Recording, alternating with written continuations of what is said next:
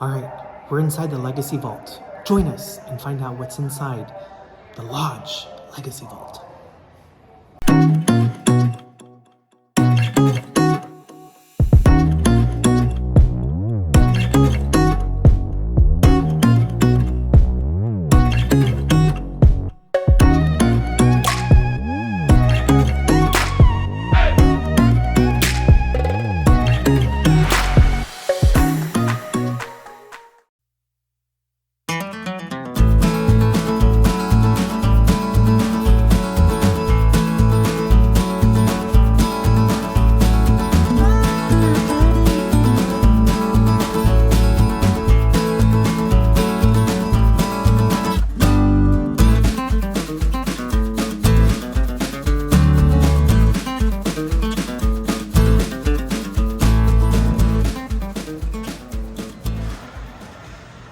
We've arrived at the Lodge Cast Iron Museum, and it's $10 a person. Restrooms when you come in to your right, and then you sign up using the computer system here.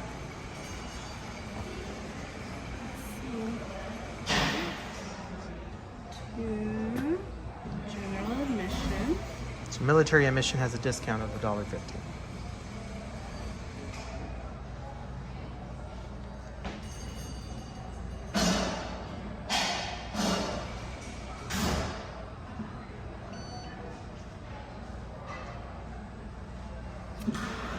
Hey, got approved. Yes.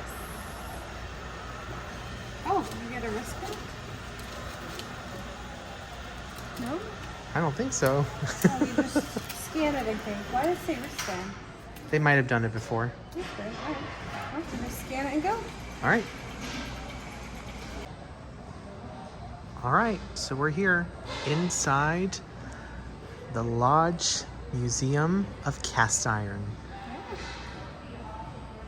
This looks pretty cool. It's really interesting. So it's a $10 admission ticket, and you walk around and see everything from production to, this reminds me a lot of a small scale of kind of like the Hershey factory. Yeah, it does. Where it looks like they've really put some money into this. And it appears that some of them are kind of interactive as well. I like how it's got the cast iron pans just rotating. Roaming around. Feels like we're at the Monsters Inc. factory. Yeah, that's pretty cool. Oh my god, look, they even have a little gnome. Actually, it's a big gnome, but if you look up on the top, there's a gnome cast iron mold. It's pretty cool. Wow. Well, let's head on in and check it out. All right, so as you make your way down, you'll just continue on into the museum. And there are no instructions on where to start, so. No, but I think we should start here because it says, how do you clean and care for your pan? And I think I need to read that. All right, so we'll check out how to care and clean for your pan.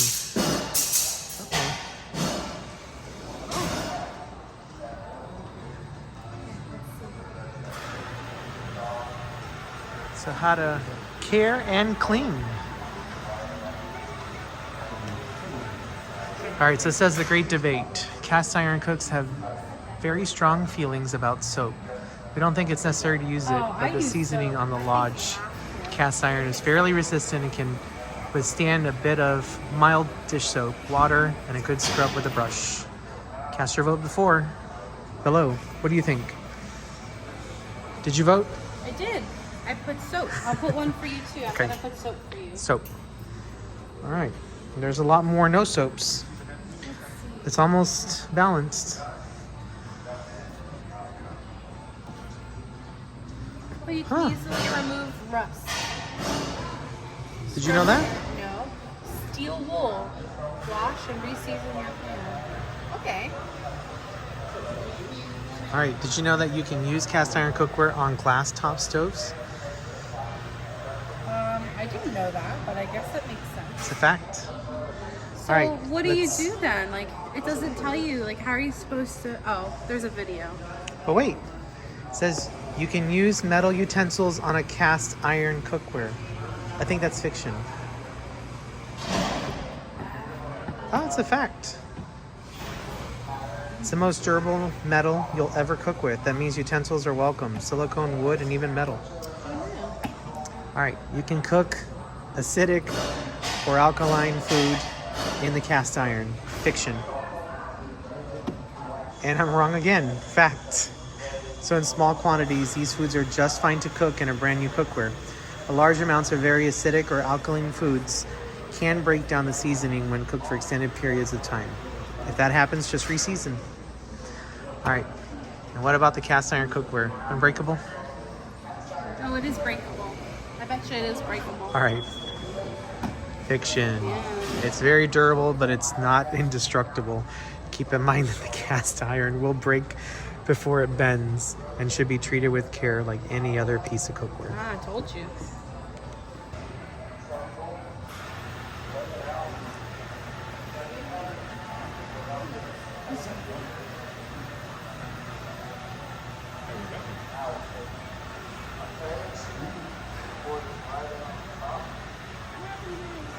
I like how they tore the paper towel.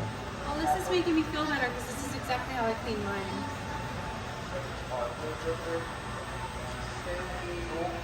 Okay, that makes me feel better.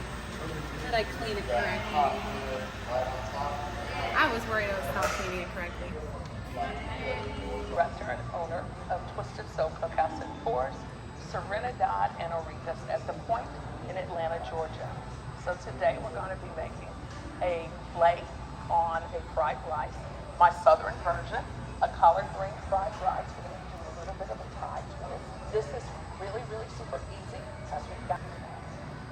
So what's really cool about all these little interactive screens is you don't touch the screen, you touch the cookware to begin. Hi, I'm Kelsey Keener, and I'm a second generation farmer at Fletcher's Farm.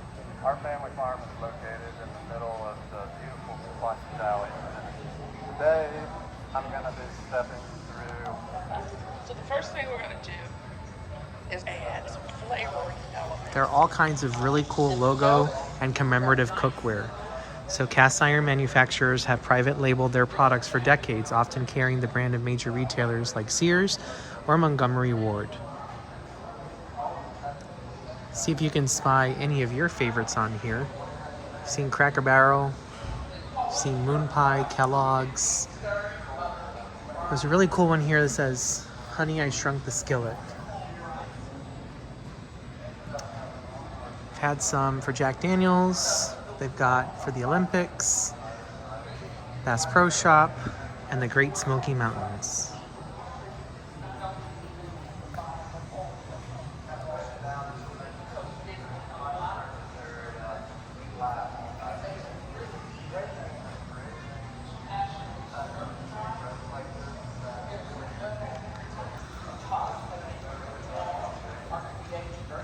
So, do you want to touch the cookware, or do you want me to touch it?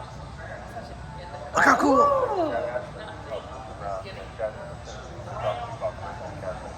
First thing you want to do is like cast iron is really great for retention and for Should you have to do this outside? I think so. It's pretty cool. You want to open up the vents on the grill.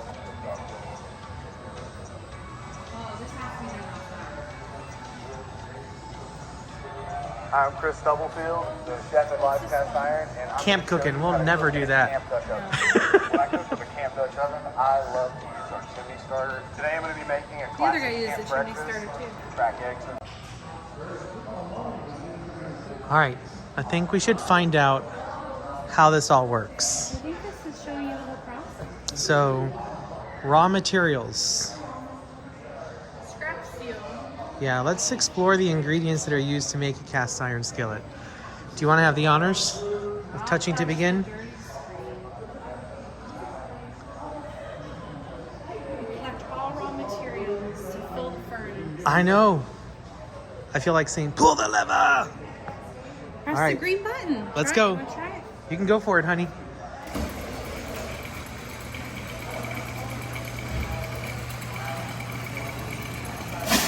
Whoa. It's pretty cool. Wow. Oh. Look at that. It's a magnet. This reminds me of Toy Story 3. All right, what's the next thing we got to do here? So next thing is going to be dropping the materials. All right. Yeah. All right, it dropped. Okay. Oh, you have to move this.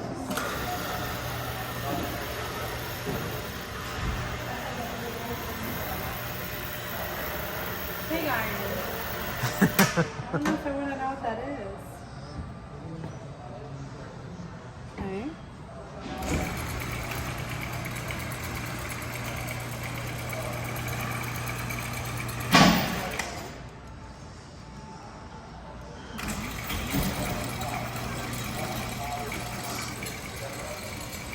Did it not pick anything up? I don't know. Let's move on. Okay. All right. Move the joystick.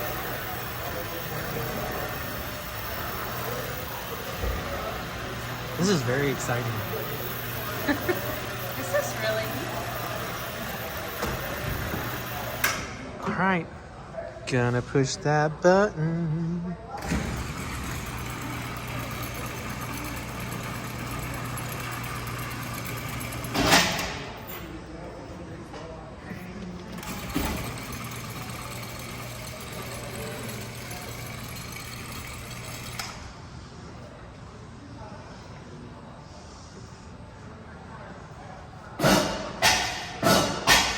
So if you use anything that wasn't fully, like anything that was defective, they add it back and they use it again.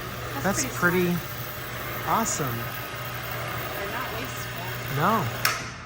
All right, you push the button this time. This is the phytochemistry. Alloy. Woo, here we go. Uh-oh. What's going on? Oh, they cannot be picked up by the magnet. They're measured and added separately. That's cool. See him throwing it in there. What'd you think of that? Very fiery. So it's like the process starts with the molding. Then you go into the pouring. Oh wow, look how hot it gets. Looks very hot.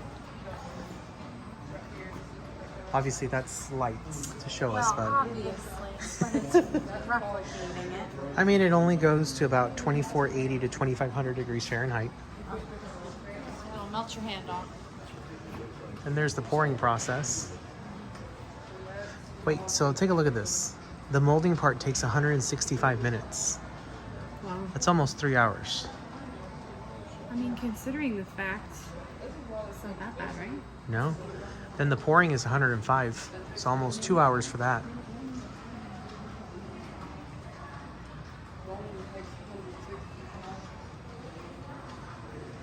They switch patterns at least 6 times a day. It's pretty cool. The shakeout process is about 100 minutes.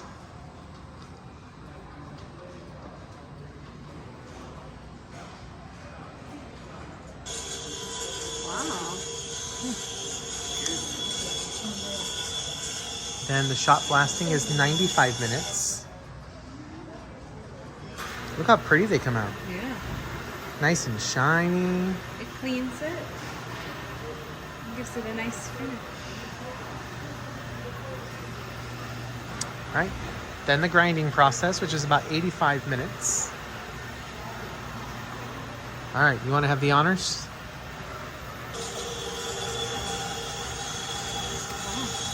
I didn't know so much went into this process. I thought they just poured it in the molds. I know, right? Then 70 minutes for the washing.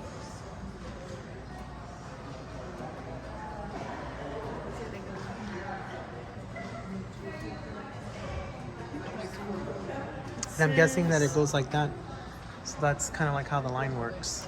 It says the castings swirl in a bath of stainless steel media, soap and water. Deep clean. The drying process is about 50 minutes.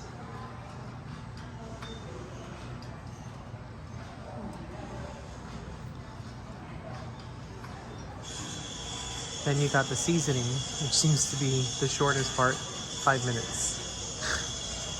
Well, it says it would take the consumer hours to season their cast iron in an oven, but they do it in about 25 minutes. That's awesome. And then look at Am I that. supposed to use the oven to season my cast iron? Good. I'm not really sure how this works. And then the packaging is the quickest, 0 minutes. This is amazing. They ship over 50 million pounds of cast iron per year to hundreds of retailers in more than 50 countries. Did you know that? No. I didn't know that.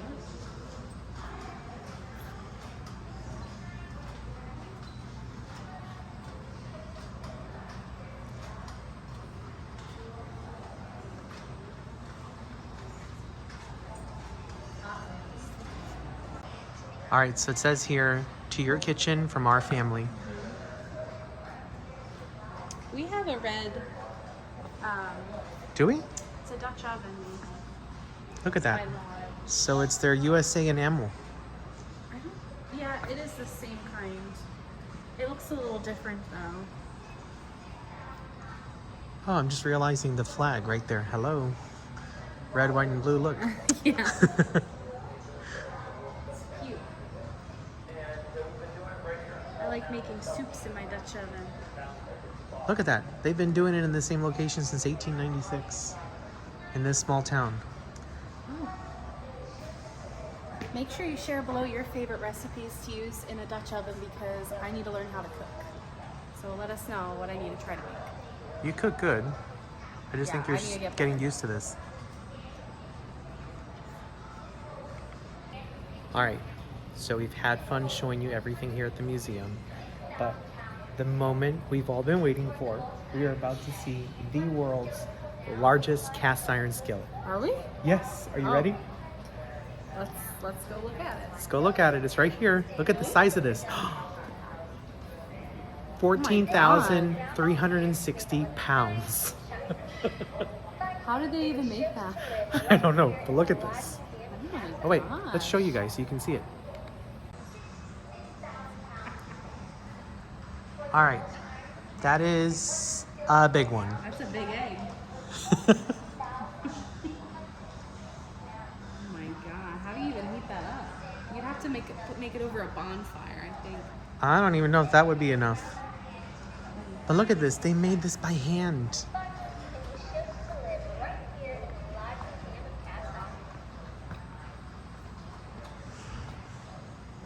This is how we made the world's largest cast iron skillet. The process began with making a sand mold. This mold used 166,000 pounds of sand. Pouring the molten iron was next, and once the skillet cooled down, its final weight was 14,360 pounds. It's very, very solid. The skillet was removed from the sand mold and cleaned up in a shot house.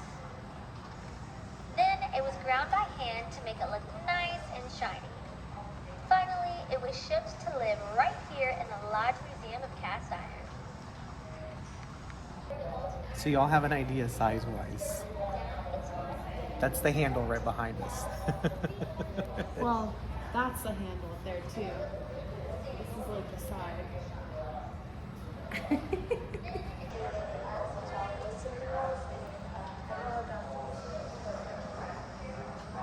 So the great thing about cast irons is they're naturally oxidized. So the United States used to be home to thousands of iron foundries that made everything from cookware to stove parts to sewer pipes. And this kind of pays tribute to some of these companies, like the Griswold Manufacturing Company, the Wagner Manufacturing Company, as well as the Birmingham Stove and Range Company.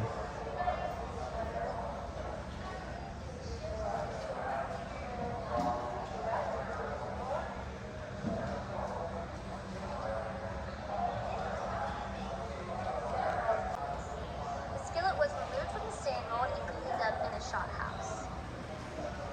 Then it was ground by hand to make it look nice and shiny. All right, and now we're heading to Generations of Lodge.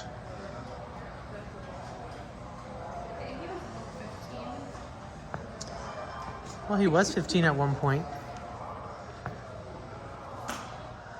All right, so let's see. In 1863, a 15-year-old Joseph Lodge left home in search of work to support his family.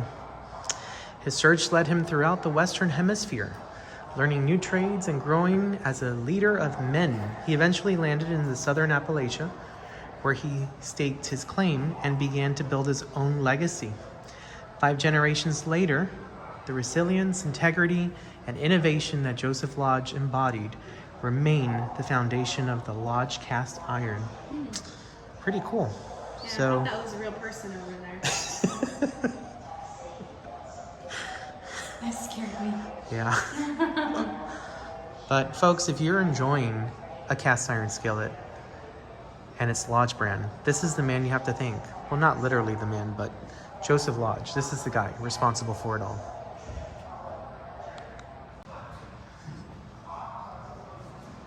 So Alyssa was trying to read through this, but it's really impressive because they've got his passport from 1869 here, as well as some of his journals from his travels, including the Lodge ticket for the boat passage from New York to Rio de Janeiro, 1869. And Alyssa did point out that he was originally from Pennsylvania.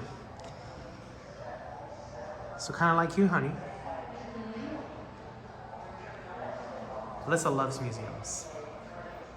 Yeah, I'll stand here and read everything, and Joseph just wants to breeze through. I think you get bored. Did you see this? The first generation here? In the post-Civil War South? Look at that.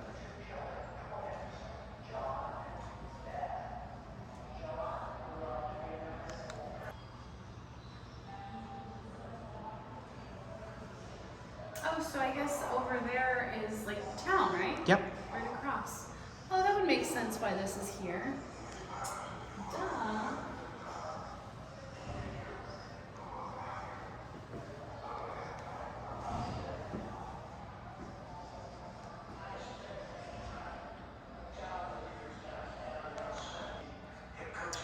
So did you know that for 60 years, Gus Hyatt was known as the man who could do every job in the foundry? And he started when he was 14 years old. Look at that.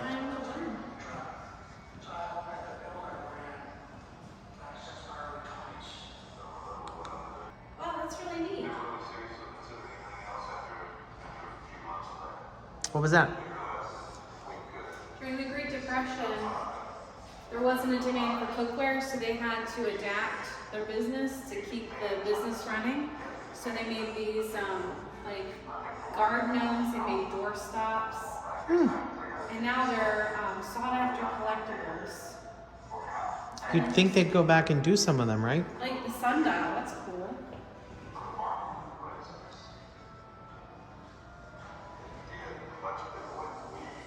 I mean, I The think only it's, thing is you can't leave them outside in the rain, it'll rust.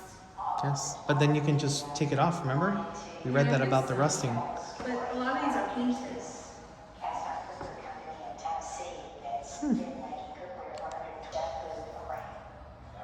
What do we have here?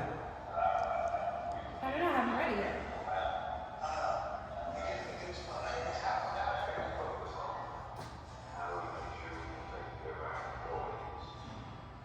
Oh, it was talking about how they modernized the equipment for the molding machine, because they used to do everything by hand.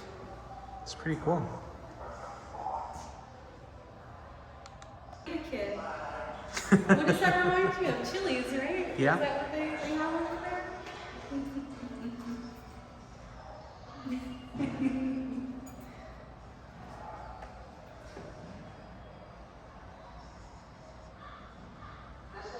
Oh, the Skillet and egg logo was designed in the 70s.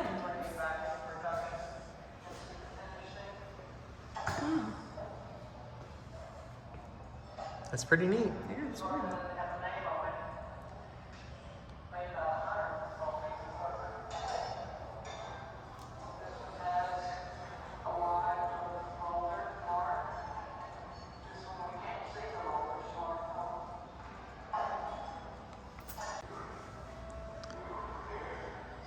And it indicates here that, as always, they're a growing family. Between the descendants that live across the country and the world, and a family council that was created to help keep this important group connected to each other and to the company's work. Look at that. Then, this here is the Legacy Vault. Are we ready to go check out the vault? Yeah, I wonder what that safe, it looks like a safe. Let's go take a look. Oh, it's the original company safe. Wow. Look at that. Manufactured in 1887.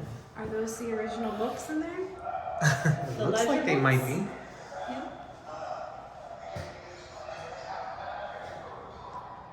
It's been well used. I'm gonna back up a little bit because it's kind of hard. Gets our reflections. Yeah. You look like you're in the vault. Seriously. You might want to come this way. This one? I think I made it worse. All right, so let's take a look at the vault. Look how cool that is. I like how it's on people's. And look at all the different cast iron skillets. Did you know they made an oven roaster? No. Sorry, it says oval roaster, but we put that in the oven. So. There you go. There's the wheels you pointed out. Well, Yeah, there's someone who come steal their safe, so they just roll it out. that's pretty heavy.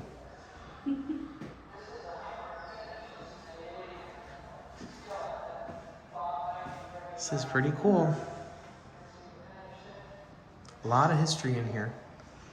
It's no wonder they've got to keep it all behind the bars in the vault.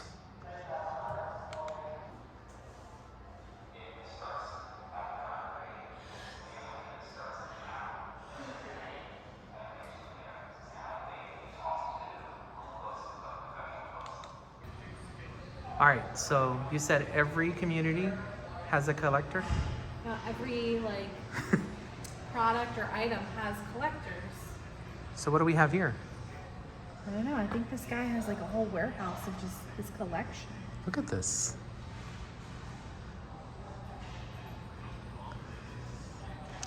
Well, Mr. Harold Henry has over 5,000 pieces in Missouri. Yeah. Joel has 10,000 in New York. And Larry and Marg in Washington own over 13,000 pieces. Oh my gosh, where do you even put them? Do they use them? Probably have They warehouses. started it for fun. And then it got serious. It's like those people in that video we did last year. You remember when we went out to Granville? Yeah. With And they the- collected all the... What were they? Were they like decanters? Yeah. That was funny. Okay, All right. well, that's got their thing, I guess. Happy collecting. What is that?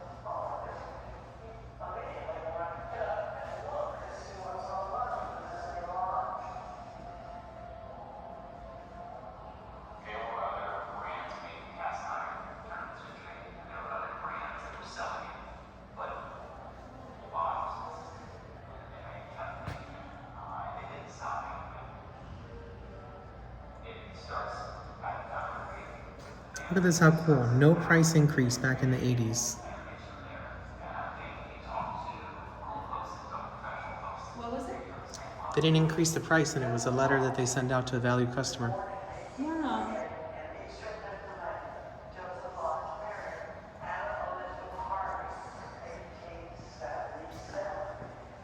They had two children.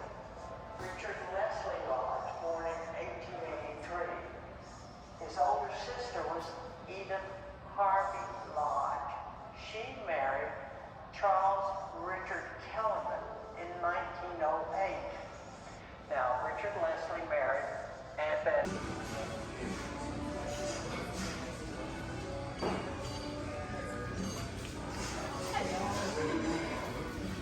Have you been here before? All right, so we just finished checking out the Lodge Museum as well as the store. And what trouble did we get into? Joseph bought me fajita hands. Hold on, move the receipt out of the way so you can see. So they actually had online, it was a set of 2 for $64.95, but in the store they only have the singles for $35. So the very nice lady had price adjusted the total for us, so we actually got the sale price that was online, which is really nice. So I'm really excited. So we may have fajitas for dinner tonight. We don't know yet, but it's an option. Oh yeah, it'll be like our little restaurant. And we learned a few things about the Lodge Company as well as the different cast skillet irons. So definitely recommend if you're on the way to Chattanooga or just passing Chattanooga, it's a great place to stop by, check out, and see all the fun and exciting stuff they have here.